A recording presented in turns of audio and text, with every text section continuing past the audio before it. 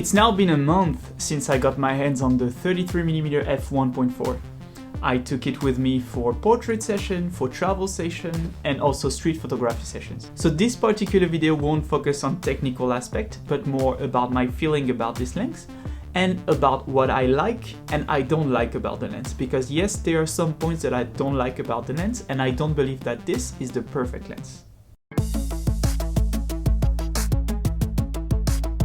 Alright, so first let's talk about what I like about this lens. And there is so much to love about this lens, don't get me wrong, it's not a bad lens, it's a superb lens. So first, image quality. This particular lens right here is a beautiful lens that produces beautiful images.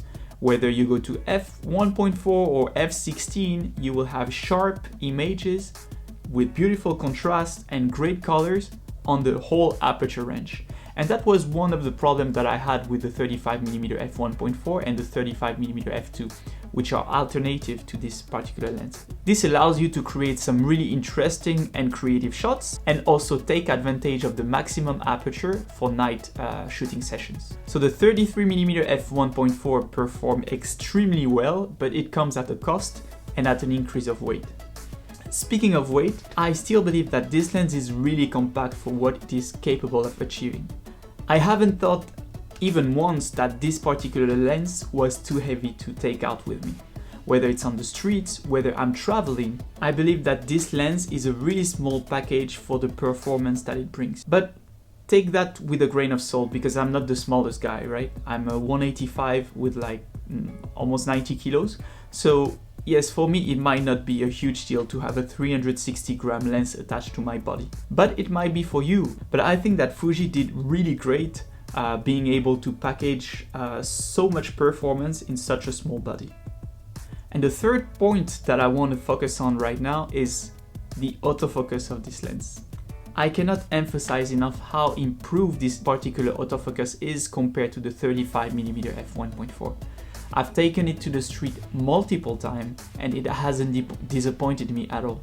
Every time that I shoot, every time that I point, it focuses perfectly. There is no problem. It acquires focus and it sticks on the target, and I don't have any problem with that. I haven't felt even once that I missed a shot because of the autofocus capabilities of this particular lens, which was not really the case with the 35mm f1.4, right? And now that I've spent a month with the 33, I don't see myself going back to the 35 because of this, because I would be so frustrated to miss some shots, right? But of course, if you shoot in more controlled environment, less dynamic environment like the streets of Tokyo where everything is rushing, right? 35 is still a good lens, don't get me wrong, but I don't see myself going back to it because I've tasted that particular one here and I don't miss it. Alright, so before we move to what I dislike about the lens, if you enjoyed the video, make sure to leave a like, consider to subscribe to the channel.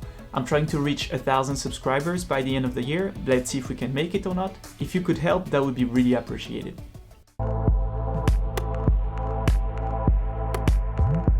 Okay, so now let's talk about what I don't like about the lens. And don't get me wrong here, those are not deal breaker points, but things I wish that Fuji would improve on and I believe would make this lens even greater. Okay, so first let's talk about the aperture ring. So the aperture ring is not terrible. It sounds great. It also feels great when you use it, but sometimes, actually many times, when I've been out there in the streets or shooting portraits, I find myself resting my hands like this, right? It's a pretty compact lens, as you can see, right? And sometimes your finger will touch the aperture ring. And if you do that, it's so easy to make it move. So I wish that the aperture ring was a little bit tighter so that just by resting the lens on my hand, I would not be able to modify the aperture value, right? Because that's also, that's kind of sometimes, yeah, a little bit frustrating because you start setting up, then you start shooting, you put the lens and just by doing this, hop, see, you can move the aperture value. So I wish that Fuji would, tighten a bit that aperture ring so that it will not move out of place by accident.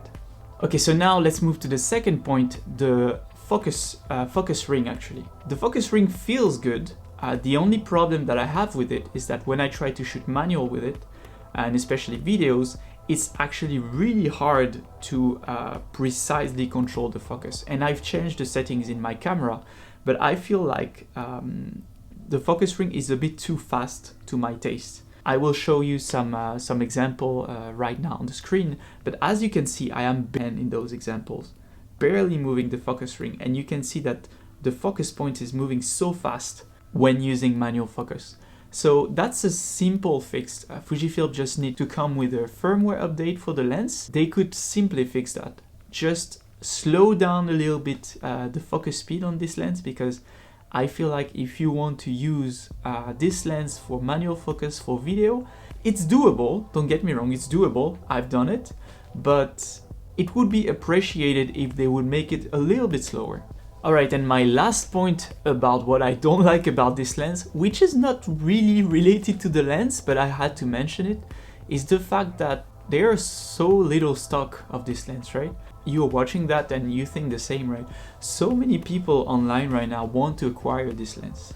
When you announce a new 50mm equivalent full frame, right? You gotta expect it to be a huge seller. And there are no stocks right now. There are no stocks in Japan you have some stocks in some shops. In a lot of countries right now, there are no stocks. People cannot acquire the lens and they want it, right? Because it's a great lens. It's a new lens also, so they want to try it out, right? But it seems like Fujifilm did not anticipate that somehow. Of course, I know that there are some silicon shortage right now, chip shortage, etc. But not having stocks for me is really detrimental to, well, the lens itself, because some secondary market are gonna bump the price of the lens. I'm sure of that. They're gonna resell it for more expensive. Or also Fujifilm, right? Because people want it, people order it, but they're not getting it until next year for some places, right? So I hope that Fujifilm will take care of that. So yes, there are some points that I dislike about this lens, but it doesn't mean that I don't love it.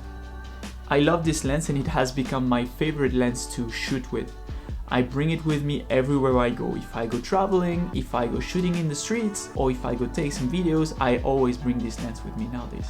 It has become my go-to lens and I can only recommend it. So I hope that you guys enjoyed this video, and if you enjoyed this video, consider to leave a like and subscribe to the channel. I will see you in the next one, and if you've missed it, check out my comparison video between the 35mm and the 33mm f1.4. See you in the next one.